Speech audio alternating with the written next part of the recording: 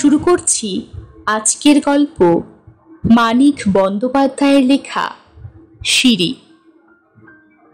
একতলার উত্তর প্রান্ত থেকে দোতলা আর তিনতলার মধ্যস্থতা অতিক্রম করে সিঁড়িটা তেতলার খোলা ছাদে গিয়ে পৌঁছেছে। এই সিঁড়ি বেয়ে খোলা ছাদে পৌঁছানোর জন্য সাধারণ নিয়মে ৬৪ বার একটি পায়ের জোরে মাধ্যাকর্ষণের বিরোধিতা করতে হয়। তবে সাধারণ নিয়ম সকলের জন্য নয়। এমন মানুষও জগতে আছে যারা সিঁড়ি দিয়ে ওপরে উঠবার সময় ২-৩টে ধাপ একেবারে ডিঙিয়ে যায়। এরা মানুষ হয়েও ঠিক মানুষ নয়, মহামানব। মহামানব এই জন্যে যে এ জগতে মহামানবই নেই, কারণ মেয়েরা কোনোদিন ২-৩টে ধাপ ডিঙিয়ে ওপরে ওঠে না। ক্ষমতাও নেই, বাধাও আছে। ৬৪ ধাপের সিঁড়িটাকে ঢাকা দেবার ছাদটুকুর ওপরে পাতলা দেয়াল আর টিনের চালের একটি চিলেকুঠি আছে এ বাড়িতে। পথ থেকে বাড়ির ভিটে উঠবার জন্যে আর একতলার বারান্দা থেকে উঠানে নামবার জন্যে এ বাড়িতে ধাপের ব্যবস্থা মোটে একটি করে, কিন্তু চিলেকুঠিতে ওঠা নামার জন্য ধাপ আছে ২টি, তাও এই একটি সিঁড়ি। দুটি একের সমষ্টি যখন ২ এবং ধাপের সমষ্টি মাত্রই সিঁড়ি। চিলেকুঠিটিকে সিঁড়ি থাকার গৌরব না দিয়ে উপায় নেই। ৬৪ ধাপের সিঁড়িটিকে বাড়ির ছায়ায় শীতল করে রাখে। চিলেকুঠির সিঁড়ি কিন্তু চিলেকুঠির ছায়া পায় শেষ বেলায়।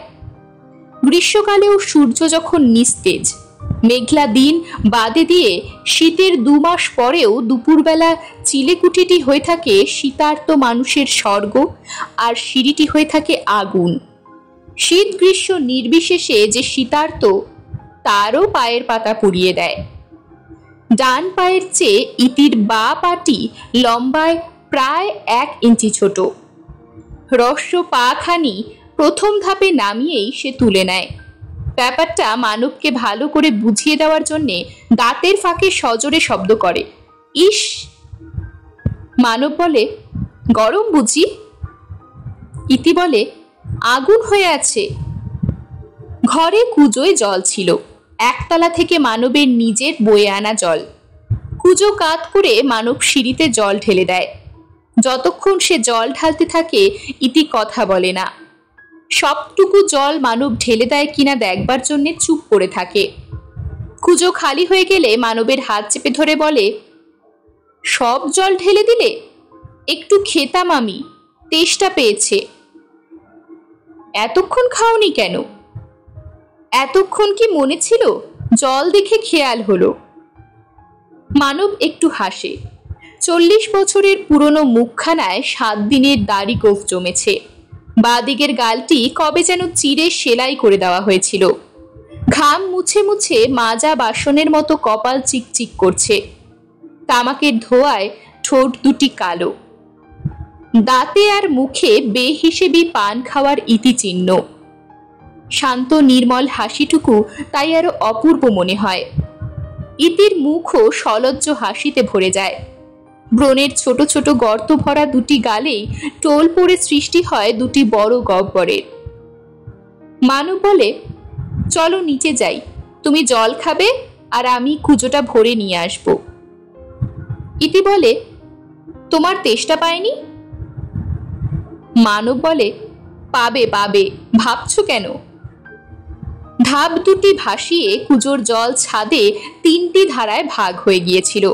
নালির কাছাকাছি একসঙ্গে মিলে এতক্ষণে নালি দিয়ে নিচে ঝরে পড়তে আরম্ভ করেছে। সমস্ত ছাদে শুকনো শ্যাওলা, আর কয়েকটি দুপুরের রোদ পেলেই আলগা হয়ে উঠে জাগবে, আর সন্ধ্যার পর মানবের পায়চারিতে গুঁড়ো হয়ে যাবে। কুজো হাতে ১ ধাপ নেমেই বোধহয় আগামী সন্ধ্যায় নিজের পায়চারি করার দৃশ্যটা কল্পনায় ভেসে ওঠে মানবের। মুখ ফিরিয়ে এসে জিজ্ঞাসা করে, সন্ধ্যার সময় আসবে একবার? না এলে রাগ করবে? রাগ? আর কি তোমার উপর রাগ করতে পারি? এবার থেকে অভিমান করব। তাহলে আসবো না। মানব খুশি হয়ে বলল, সেই ভালো, আজ একা একা তারা গুনে অভিমান করব। কাল তুমি এসে আমার অভিমান ভাঙাবে। আমার এমন ছেলে মানুষই করতে ইচ্ছে করছে ইতি। কিরকম যে লাগছে আমার কি বলবো। আমারও। দৃষ্টির একটু গভীরতা এসেছে বৈকি মানবের। মনটি তো অত্যন্ত শান্ত হয়েছে। দুজনেই যখন ছাদে নেমেছে সে হঠাৎ ব্যাকুলভাবে জিজ্ঞাসা করল, তোমার কষ্ট হচ্ছে না তো ইতি? না গো না, কিসের কষ্ট?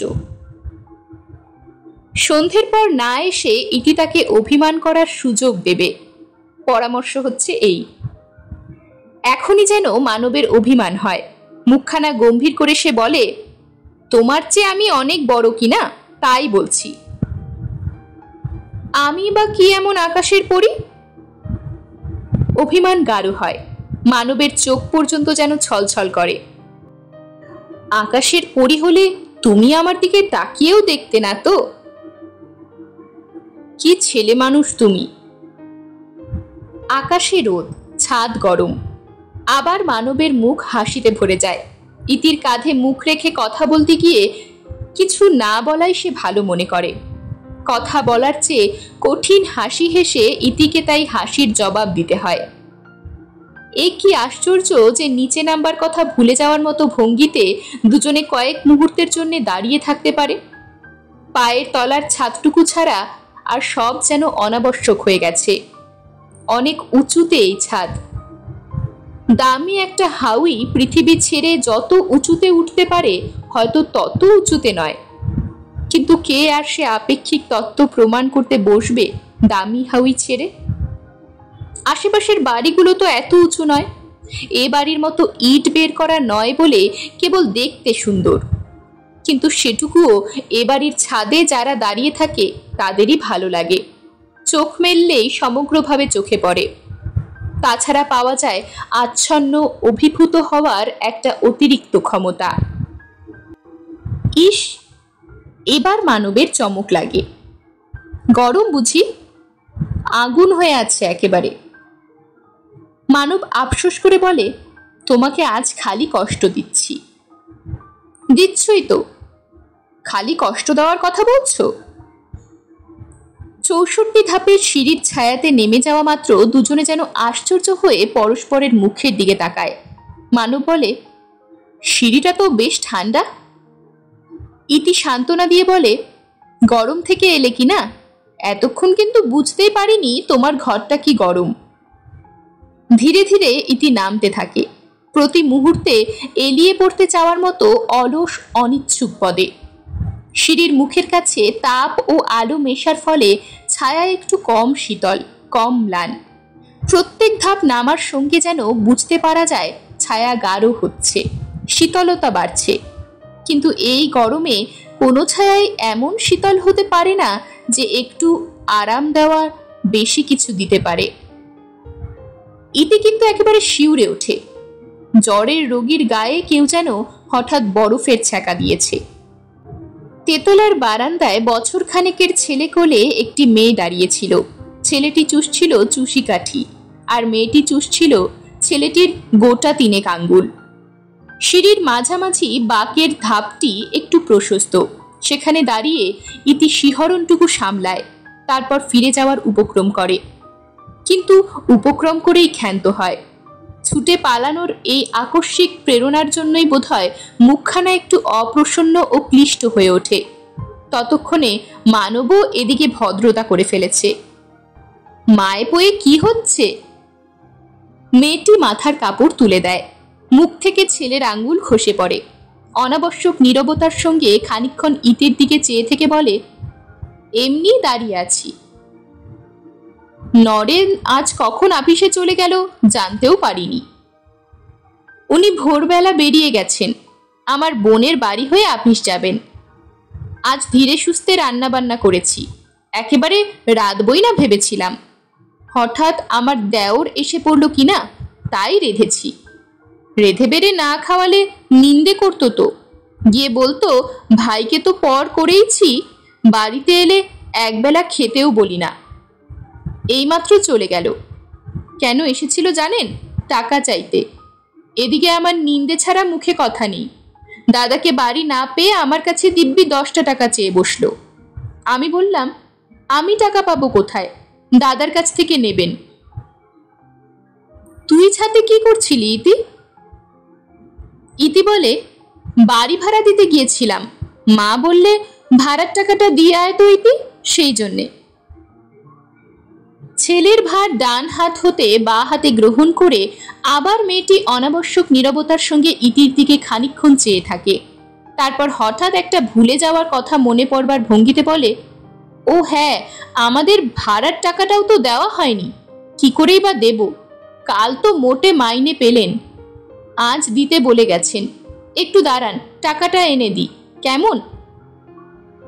খোকাকে একটু ধরবি ভাই ইতি?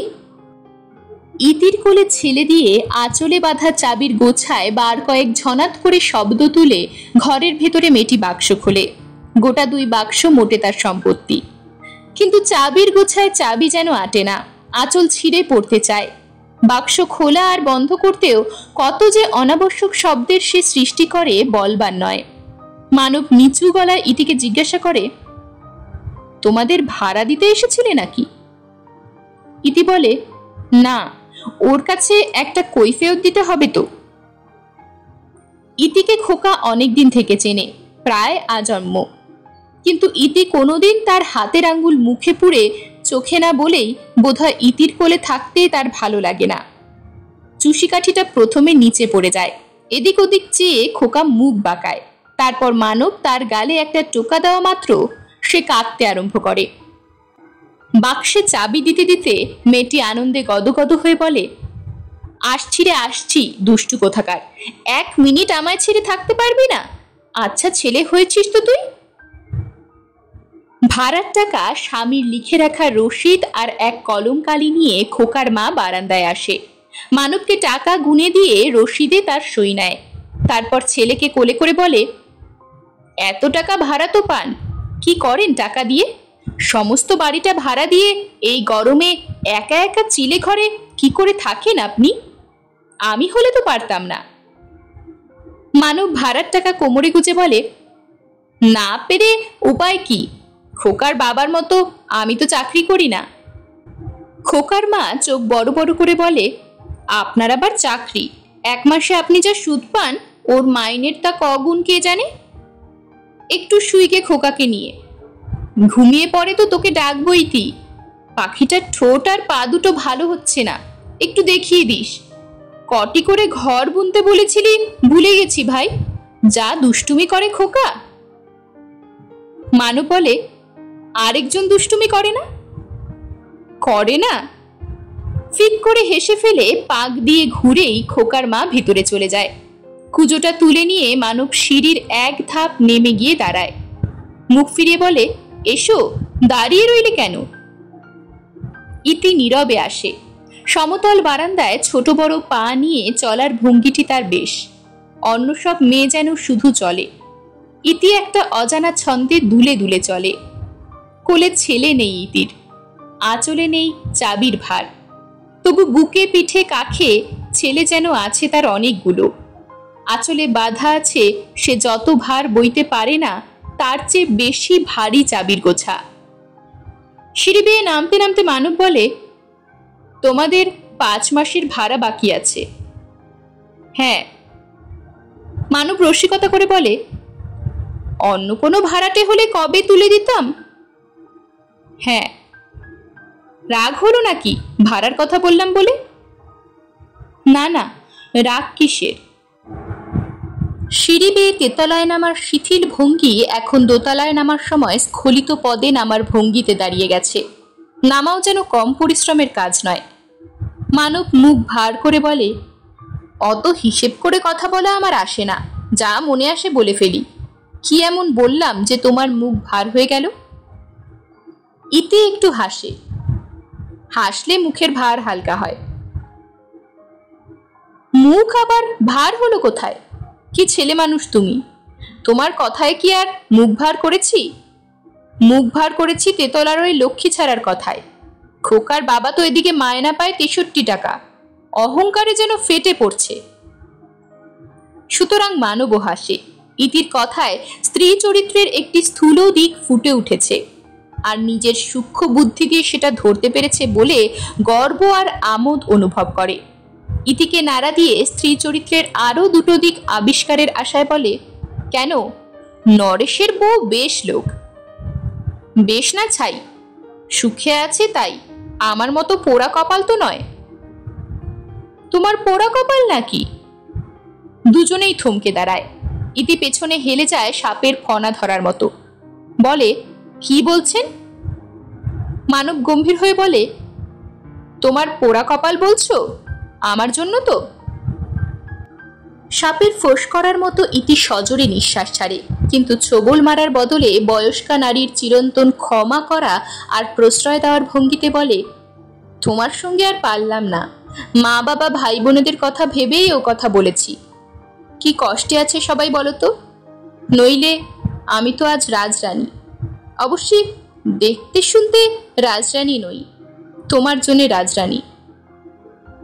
তেতলায় মানুষ আছে, দোতলায় মানুষ আছে, সিঁড়িতে আর কেউ নেই।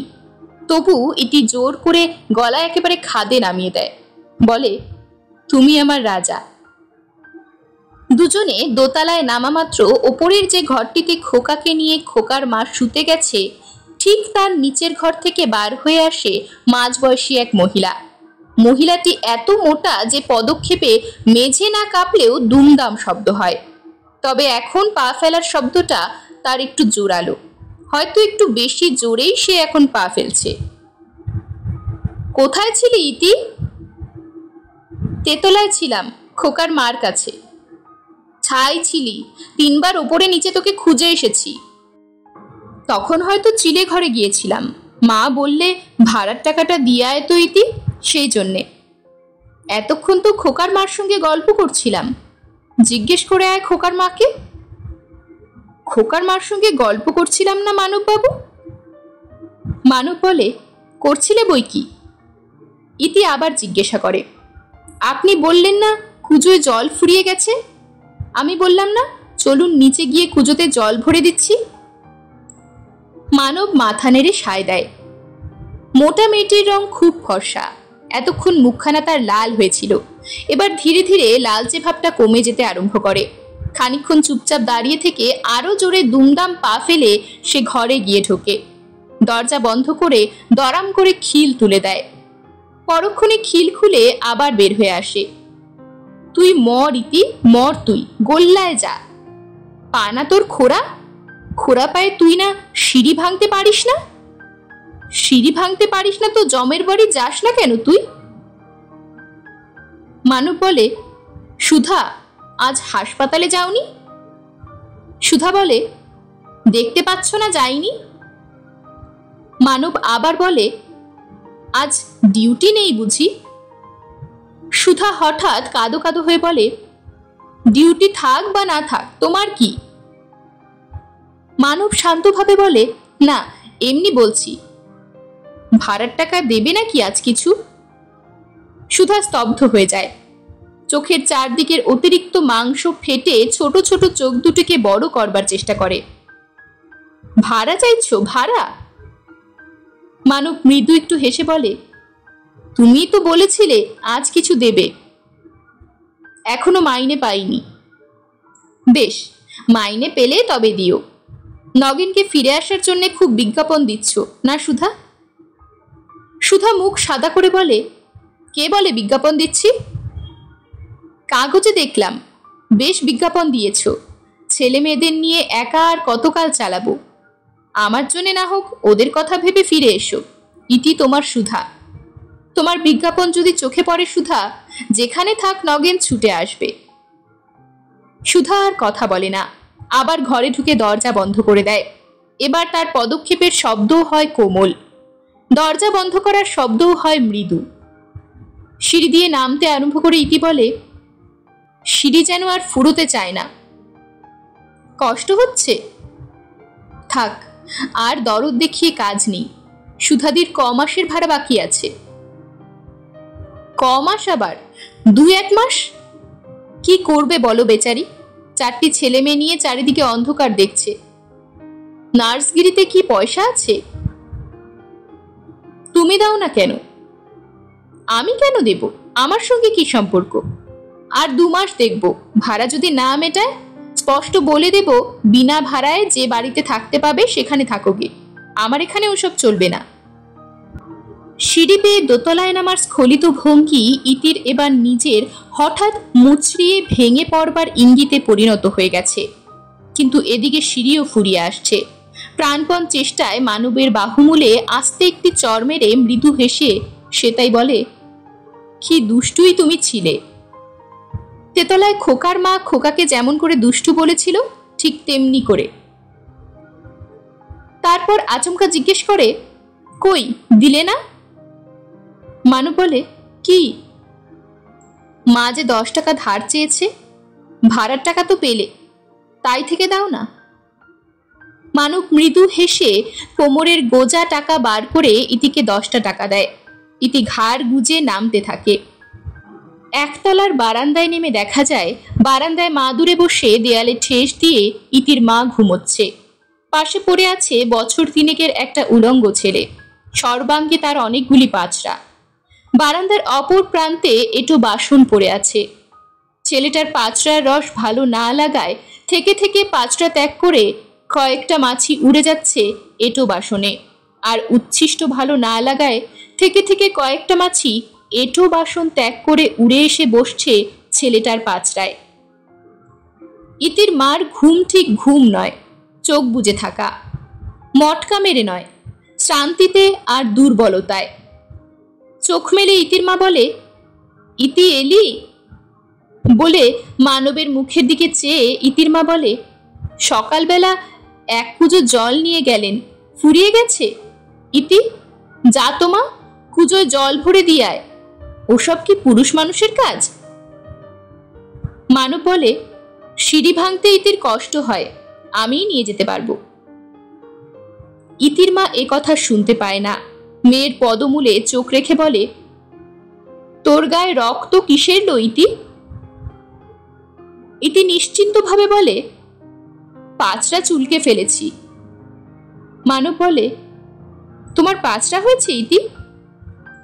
প্রশ্ন শোনবা মাত্র ইতি বিনা ভূমিকায় খেপে যায়।